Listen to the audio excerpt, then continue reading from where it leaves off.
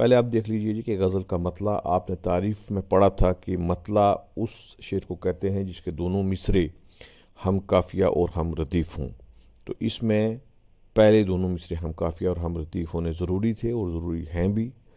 اور اب دیکھیے کہ اس میں جو قافیہ ہے وہ کیا ہے. پہلے آپ کوشش کریے کہ خود پہچانیے کہ قافیہ کیا ہے، جس سے پہلے کہ میں بتاؤں. مجھے لگتا ہے کہ آپ نے پہچان لیے ہوں گے. آپ دیکھیں کہ اس میں پہلی میں یار اور انتظار قافیہ ہے. لفظ یار آیا ہے، وصال یار، اور پھر نیچے آیا ہے یہی انتظار. انتظار اور یار قافیہ ہے، اور جو لفظ ہوتا آیا ہے یہ ردیف ہے. اور آپ دیکھیں گے آگے جا کر ہر شعر کے دوسرے مصرے میں ہوتا جو ہے وہ دہرایا جائے گا، یعنی ریپیٹ کیا جائے گا. اور اس کے بعد جو قافیہ ہے وہ اس سے پہلے آئے گا. قافیہ کے الفاظ تو تبدیل ہوتے جائیں گے لیکن ان کی آواز وہی رہے گی، ان کا وزن وہی رہے گا. اور جب قافیہ کی ڈیفینیشن آپ نے پڑھی تھی تو وہ یہ تھی کہ قافیہ اس لفظ کو کہتے ہیں جو ہم آواز ہو، ہم تکرار ہو اور ہم وزن ہو. آپ دیکھیں گے کہ اس غزل میں ہم جب اگلے دو شعر پڑھیں گے آپ پہلے سے ہی سوچ کے رکھیں گے کہ اس میں قافیہ کون سے آئے ہیں، پھر ہم اس پہ بات کریں گے. غالب کہتے ہیں کہ یہ نہ تھی ہماری قسمت کہ وصال یار ہوتا. وصال یار، اس میں ہم مشکل الفاظ کے معنی دیکھ رہے ہیں. وصال بولتے ہیں ملاقات کو، وصال یار اگر ہم اضافت کے ساتھ پڑھیں، جیسے وصالے میں پڑھ رہا ہوں، وصال یار یعنی لام کے نیچے زیر ہے، وصال یار، تو اس کے معنی نکلیں گے یار کا وصال، یعنی یار کی ملاقات. وصال بولتے ہیں ملاقات کو، وصال یار ہوا یار کی ملاقات. اگر اور جیتے رہتے، جیتے سے مراد ہے کہ جینا مطلب زندہ رہتے، اور ہمیں یہی انتظار رہتا. اب مجھے لگتا ہے آپ کو شعر کے معنی تھوڑے آسان ہو گئے ہوں گے.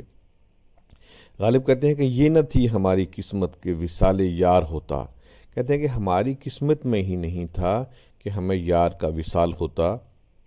ہمارے یار سے، ہمارے دوست سے، ہمارے محبوب سے ملاقات ہو پاتی، ہم اس کے ساتھ مل پاتے، ہم اس کے ساتھ ملنے کے بعد دکھ سکھ کی باتیں کرتے، ایک دوسرے کے غم ایک دوسرے میں بانٹتے. وہ الگ کا مسئلہ ہے، لیکن غالب یہ کہتے ہیں کہ ہماری قسمت ہی نہیں تھی کہ ہم اپنے یار سے ملتے، اپنے دوست سے ملتے. اور پھر دوسرے مصرے میں دیکھیے کیا کہتے ہیں کہ اگر اور جیتے رہتے یہی انتظار ہوتا. اب غالب یوں تصور کر رہے ہیں کہ ہمیں تو موت آ گئی اپنے یار کے وصال کے انتظار میں ہی، اور ان سے ہماری ملاقات نہ ہو سکی. لیکن اگر ہم اور دیر تک زندہ رہتے، اور جیتے سے یعنی کہ اور زندہ رہتے اور لمبی عمر ہوتی، تب بھی ہمیں ہمارا دوست ملنے والا نہیں تھا، ہمارا یہ انتظار ختم ہونے والا نہیں تھا. تو مجھے لگتا ہے کہ یہ شعر آپ کو سمجھ آ گیا ہوگا. اس طریقے سے آپ کو تشریح کرنی ہے، آپ اس کو کھول بھی سکتے ہیں، اور مزید اگر آپ کچھ زیادہ تفصیل سے سمجھنا چاہیں تو مجھے آپ پرسنل میں بھی میسج کر سکتے ہیں، کمنٹ باکس میں لکھ سکتے ہیں. تیرے وعدے پہ جیے ہم تو یہ جان جھوٹ جانا. اب دیکھیے اس مصرے میں کوئی قافیہ نہیں آیا ہے کہ خوشی سے مر نہ جاتے اگر اعتبار ہوتا. اب دوسرے یہاں پر آ گیا اعتبار قافیہ، اور ہوتا میں نے آپ کو کہا تھا کہ یہ رپیٹ ہوگا. اب شاعر کہتا ہے کہ ہم محبوب تیرے وعدے پہ جی لیے، لیکن ہم نے ایک بات کو جھوٹا سمجھا تب ہم زندہ رہے. تیرے وعدے پہ جیے ہم تو یہ جان جھوٹ جانا. جان جھوٹ جانا سے مراد یہ ہوئی کہ جان بوجھ کر ہم نے جھوٹا سمجھا. تو نے جو وعدہ کیا اس کو ہم نے جان بوجھ کر جھوٹا سمجھا کہ تو سچا وعدہ نہیں کر سکتا. ممکن یہ ہے کہ محبوب نے آنے کا وعدہ کیا ہو اور اس کے آنے میں عاشق تو بہت خوش ہوتا ہے، اور غالب یہ کہتے ہیں کہ ہم نے اسی لیے سمجھ لیا کہ تو نے جو وعدہ کیا ہے وہ سچا نہیں ہے. اگر ہم یہ سمجھ لیتے کہ تو آج آنے والا ہے اور تیرا وعدہ سچا ہے تو ہم خوشی سے مر جاتے. لہٰذا ہم نے یہ سمجھ لیا کہ تو نے وعدہ تو کیا ہے، لیکن ہم نے جان بوجھ کر، ہم نے دانستہ طور پر یہ کہا کہ آج تو آنے والا نہیں ہے، لہٰذا ہم زندہ رہے. اگر ہم تیرے وعدے پہ یقین کر لیتے تو ہم یہ دنیا سے ہی چلے جاتے. اس کے برعکس مولانا چراغ حسن حسد نے شعر کہا تھا کہ غیروں سے سنا تو نے، غیروں سے کہا تو نے، کبھی ہم سے سنا ہوتا، کبھی ہم سے کہا ہوتا، اور کچھ تسکین تو ہو جاتی، کچھ امید تو بھر آتی، وعدہ نہ وفا کرتے، وعدہ تو کیا ہوتا. انہوں نے کہا تھا کہ وعدہ تو نہ وفا کا نہ بھی کرتے تو کوئی بات نہیں تھی، لیکن وعدہ تو آپ کر لیتے، لیکن غالب کہہ رہے ہیں کہ ہم نے تیرے وعدے کو جان بوجھ کر جھوٹا سمجھا۔ آگے چلتے ہیں جی۔ تیری نازکی سے جانا کہ بندہ تھا عید بودا، کبھی تو نہ توڑ سکتا اگر استوار ہوتا۔ غالب کہتے ہیں کہ تیری نازکی سے، یعنی کہ میرے محبوب تو بڑا نازک تھا، نازکی سے مراد ہے نازک۔ عید بودا، عید بولتے ہیں وعدے کو، عید بودا وعدہ توڑنے والا، استوار بولتے ہیں مضبوط کو، کہ میرے محبوب تیری نازکی سے ہمیں یہ معلوم ہوا، تیرے نازک پن سے، تو اتنا نازک ہے، تو اتنا کمزور ہے کہ ہمیں لگا کہ تو عید بودا ہے، تو وعدہ بھی توڑ سکتا ہے، کیونکہ تو دنیا کے دکھ، دنیا کو برداشت نہیں کر سکتا ہے، دنیا کا لحاظ رکھتا ہے، تو جو ہم سے وعدہ کیا تھا تو وہ تو نے دنیا کی خاطر یا کسی اور وجہ سے توڑ دیا۔ اگر تو مضبوط ہوتا، استوار ہوتا، تو کبھی وعدہ نہ توڑتا، لیکن ہمیں معلوم ہوا کہ تو کمزور ہے، نازک ہے، جس کی وجہ سے تو نے یہ جو وعدہ تھا یہ توڑ دیا۔ چلیے جی اگلا شعر۔ کوئی میرے دل سے پوچھے تیرے تیر نیم کش کو، یہ خلش کہاں سے ہوتی جو جگر کے پار ہوتا۔ اب دیکھیے کافی پہ آپ نظر رکھیے، انتظار، اعتبار، استوار اور پار۔ کوئی میرے دل سے پوچھے تیرے تیر نیم کش کو، یہ خلش کہاں سے ہوتی جو جگر کے پار ہوتا، کہ میرے محبوب، اب دیکھیے اس میں مشکل، نیم کش ہوتا ہے آدھا کھینچا ہوا، نیم کش آدھا کھینچا ہوا، یعنی پوری طریقے سے جو تیر نہ کھینچا گیا ہو، آدھا کھینچا گیا ہو۔ خلش ہوتا ہے کہ چبن، جگر آپ تو سمجھتے ہو کہ جگر کے پار ہوتا۔ شاعر کہتا ہے کہ اے میرے محبوب، میرے دل سے کوئی یہ بات پوچھے کہ جو تیرا نیم کش کھینچا گیا تیر تھا، اس نے میرے دل میں کیسی چبن، کیسا سوز دیا ہے، کیسا مزہ مجھے دیا ہے۔ اگر تو وہ تیر پوری طریقے سے کھینچتا، وہ میرے دل میں ایک جگہ سے لگ کر دوسری جگہ سے نکل جاتا، تو یہ مزہ نہیں آنا تھا، یہ لطف نہیں آنا تھا۔ اسی لیے دوسرے مصرع میں کہتے ہیں یہ خلش کہاں سے ہوتی جو جگر کے پار ہوتا، کہ یہ مزہ، یہ خلش نہیں ہو سکتی تھی اگر یہ تیر جو تھا جگر کے پار چلا جاتا۔ اب اس میں دیکھیے کہ یہاں بھی غالب نے استفہامیہ کا رنگ لایا، یہ خلش کہاں سے ہوتی، اور یہ کمال کی بات ہے کہ کس طریقے سے استفہامیہ یہاں لایا ہے۔ آپ لفظوں کا کھیل دیکھیے، اور شعر میں ایک وسعت پیدا کر دی ہے کہ محبوب نے جو تیر مارا دل میں، غالب اس کے بھی مزے لے رہے ہیں، اور ایک طرف تو مضمون ہمیں متاثر کر رہا ہے کہ کوئی کس طریقے سے کسی کے چلائے ہوئے تیر کو، کسی کے دیے ہوئے دکھ کو، اس کے مزے لے رہا ہے، اور دوسرا جو غالب نے الفاظ کا کھیل کھیلا ہے وہ بڑا کمال کا ہے، کہ وہ اس کے بھی مزے لے گئے ہیں، جو محبوب نے ان کے اوپر تیر چلایا تھا، ان کے دل کے اوپر تیر چلایا تھا، اس کے بھی غالب نے مزے لے لیے۔ اب چلیے جی آگے والا شعر۔ یہ کہاں کی دوستی ہے کہ بنے ہیں دوست ناسے، کوئی چارہ ساز ہوتا، کوئی غم گسار ہوتا۔ اب دیکھیے یہاں گسار جو ہے یہ کافی آیا ہے، اوپر لفظ آیا ہے ناسے، ناسے ہوتا ہے نصیحت کرنے والا، ناسے ہوتا ہے نصیحت کرنے والا، کوئی چارہ ساز ہوتا ہے کوئی حل کرنے والا، کوئی اس کا مداوع ڈھونڈنے والا، کہ یہاں بھی غالب استفہامیہ پر بات کرتے ہیں، استفہامیہ کے لہجے میں بات کرتے ہیں کہ یہ کہاں کی دوستی ہے، سوال کرتے ہیں یہ کون سی دوستی ہے، یہ کیسی دوستی ہے کہ بنے ہیں دوست ناسے، کہ میرے جو دوست ہیں وہ نصیحت کرنے والے ہیں۔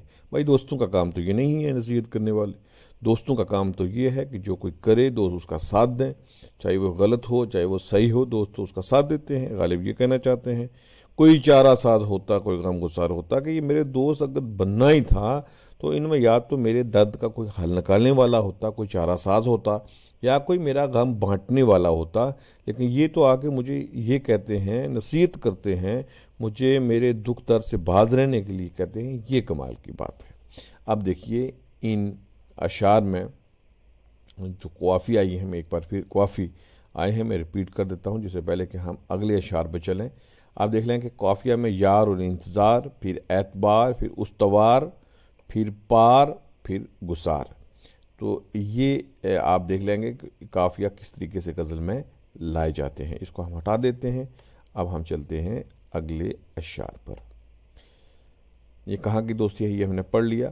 رگ سنگ سے ٹپکتا وہ لہو کہ پھر نہ تھمتا، جسے غم سمجھ رہے ہو یہ اگر شرار ہوتا۔ رگ سنگ، سنگ بولتے ہیں پتھر کو، رگ سنگ یعنی پتھر کی رگ سے ٹپکتا وہ لہو کہ پھر نہ تھمتا۔ اب دیکھیے شاعر نے مطلب پتھر جیسی مضبوط چیز ہم کسی اور کو نہیں مانتے ہیں۔ اب کسی کو اگر ہم کہتے ہیں کہ یہ بڑا مضبوط دل ہے، بڑا اس کا دل، تو ہم کہتے ہیں اس کا پتھر جیسا دل ہے، یہ سنگ دل ہے، یعنی ہم کہتے ہیں کہ پتھر میں کوئی احساس نہیں ہوتا، کوئی حس نہیں ہوتی، کوئی جذبہ نہیں ہوتا۔ غالب نے کہا کہ رگ سنگ یعنی پتھر مضبوط جیسی چیز کی رگ میں سے بھی اگر یہ لہو ٹپکنے لگتا تو پھر کبھی نہ تھمتا، جسے غم سمجھ رہے ہو یہ اگر شرار ہوتا، کہ جس کو ہم غم کہتے ہیں، جب یہ انسان کو لگ جاتا ہے تو انسان کو کھا جاتا ہے، اس کو دکھ درد میں اس کی زندگی لے کے چلا جاتا ہے۔ انسان دنیا میں اس غم کا تاب نہیں لا سکتا اگر یہی غم پتھر سے ٹپکنے لگتا، جس کو ہم شرار سمجھتے ہیں۔ پتھر کو ہم شرار، وہ اگر چنگاریاں نکلیں، جیسے دو پتھروں کو آپس میں ٹکرا دو تو اسے چنگاریاں نکلیں گی، تو ہم کہتے ہیں کہ بھئی اس میں شرار ہے، اس میں چنگاری ہے۔ تو غالب کہتے ہیں کہ اگر وہاں اس چنگاری کے بدلے میں یہ غم ہوتا، یہ لہو ہوتا، تو یہ ایک بار ٹپک جاتا تو پھر کبھی نہ تھمتا۔ گویا پتھر کو بھی اگر غم ہوتا تو اس کو مار دیتا، انسان تو پھر انسان ہے۔ تو اس طرح کے کئی اشعار آپ کو غالب کے ملیں گے۔ غم ہستی کا اسے کس سے ہو جز، غم ہستی کا اسد کس سے ہو جز مرگ علاج، شمع ہر رنگ میں جلتی ہے سحر ہونے تک۔ اس طرح کے اور بھی اشعار ملیں گے۔ آگے چلیے جی۔ غم اگرچہ جاں غسل ہے، پہ کہاں بچیں کہ دل ہے، غم عشق اگر نہ ہوتا، غم روزگار ہوتا۔ اب دیکھیے کہ اس شعر میں بھی غالب نے غم کے مضمون کو باندھا ہے کہ غم اگرچہ جاں غسل ہے۔ غم کیا ہے جی؟ جاں غسل ہے۔ غم جو ہے جاں کو لینے والا ہے، جاں کو توڑنے والا ہے، آپ کہہ سکتے ہیں جان کو ختم کرنے والا ہے، جاں غسل پہ کہاں بچیں کہ دل ہے۔ لیکن ہم کیسے اس دکھ سے بچ سکتے ہیں کہ ہمارے میں دل ہے۔ اب دیکھیے کہ جان اور دل، یعنی کہ جب انسان میں دل ہے، انسان زندہ ہے، تو اس پہ غم آنا ہی ہے، وہ غم سے نہیں بچ سکتا۔ غم ہم سمجھتے ہیں کہ جاں غسل ہے، جاں کو توڑنے والا ہے، لیکن ہم اس غم سے نہیں بچ سکتے۔ غالب کہتے ہیں کہ یہ ہم میں جب تک دل ہے تو ہم اس سے نہیں بچ سکتے۔ غم عشق اگر نہ ہوتا، غم روزگار ہوتا، کہ مان لیا ہم نے کہ ہمیں غم عشق ہے اور غم عشق نہیں ہونا چاہیے تھا بھائی، لیکن پھر بھی ہم اس غم سے نہیں بچ سکتے، کیونکہ ہمیں اگر عشق کا غم نہ ہوتا تو پھر روزگار کا غم ہوتا۔ وہ یا کوئی نہ کوئی غم ہر انسان کو ہے، کسی کو روزگار کا غم ہے، کسی کو اپنے سے بچھڑ جانے کا غم ہے، اور کسی کو غم عشق ہے، کسی کو اپنے کسی عزیز کے ساتھ جو ہے اس سے بچھڑ جانے کا غم ہے۔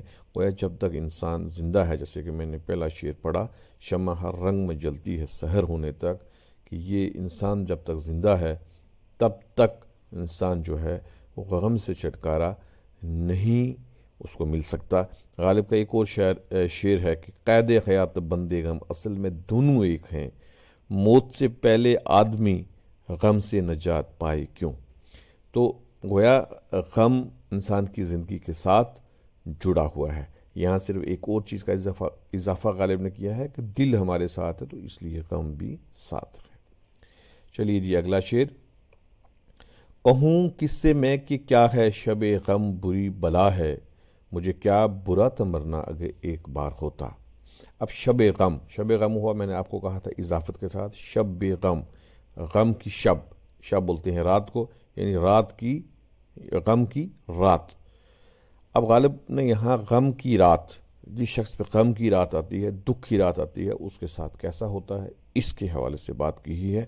کہوں کس سے میں کہ کیا ہے، میں کس سے کہوں، یہاں بھی استفہامیہ کا رنگ ہے کہ میں کس کو بولوں کہ کیا چیز ہے، میں کسی کو نہیں بتا سکتا کہ کیا چیز ہے، میں کس سے کہوں کہ کیا ہے۔ شب غم بری بلا ہے، کہ شب غم کتنی بری بلا ہے، کتنی سخت چیز ہے، مجھے کیا برا تھا مرنا اگر ایک بار ہوتا، اگر میں ایک بار میں مر جاتا تو مجھے کوئی برا نہیں تھا، وہ اتنا برا نہیں تھا، لیکن میں اس غم کی شب میں تو ہر بار مرتا ہوں، کئی بار مرتا ہوں، اور آپ کہہ سکتے ہیں روز روز مرتا ہوں، ہر رات جب یہ رات آتی ہے تو مرتا ہوں، گویا کئی راتیں مجھ پہ آتی ہیں، اس سے بہتر تھا کہ میں ایک بار میں ہی اس دنیا سے چلا جاتا اور میرے سارے دکھ درد جو ہیں یہ ختم ہو جاتے۔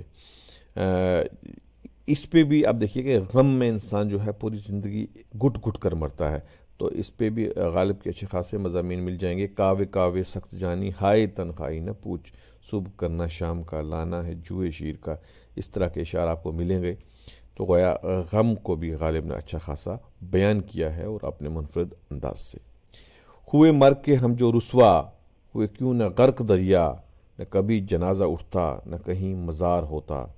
یہ غالب کہتے ہیں کہ ہم مر کے رسوا ہوئے، اس سے بہتر تھا کہ ہم دریا میں غرق کیوں نہ ہو گئے۔ اب دیکھیے یہاں بھی استفہامیہ ہے، استفہامیہ کے معنی یہ ہوئے کہ سوالیہ ہے، جیسے آپ انگلش میں کہتے ہیں انٹروگیٹیو ہیں، اور اس سے ہم سوال پوچھتے ہیں، غالب دوسروں کو سوال پوچھ رہے ہیں، ہم مر کے کیوں رسوا ہوئے، ہم دریا میں غرق ہو جاتے تو ہم رسوا نہ ہوتے، اس کا ہمیں یہ فائدہ ہوتا، نہ کبھی جنازہ اٹھتا نہ کہیں مزار ہوتا۔